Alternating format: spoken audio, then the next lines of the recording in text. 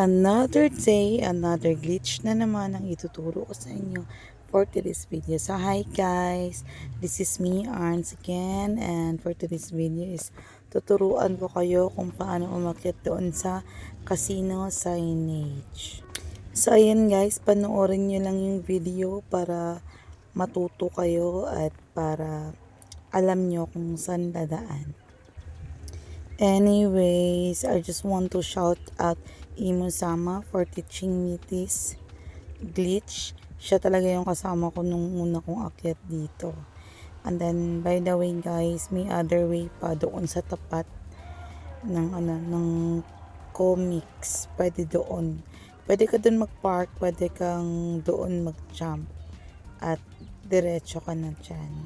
Basta mag-upload din ako ng another way paano makaakyat dyan. Basta ganun lang. Kung marunong ka mag-jump, madali na lang yan sa'yo.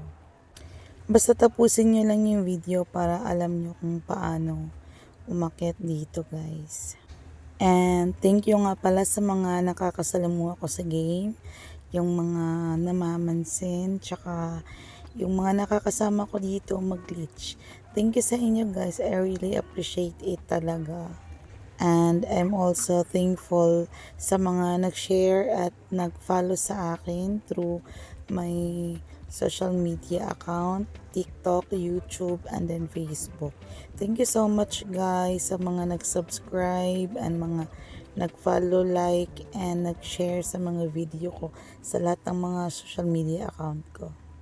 Sobrang thank you ko sa mga naka-appreciate at sobrang thank you pa din sa mga nang bash.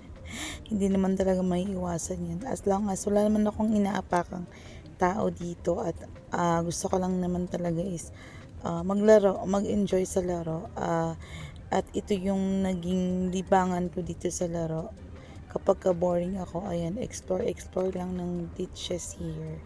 So, ayan lang guys. Sana pagpatuloy nyo pa rin yung pag-support nyo sa akin, pag-like and share sa mga video ko guys. And at saka sali din pala kayo sa group natin, Sandy City Philippines guys. Join kayo doon. Tsaka mag-share din kayo ng mga ganap nyo sa buhay. I mean ganap nyo sa game.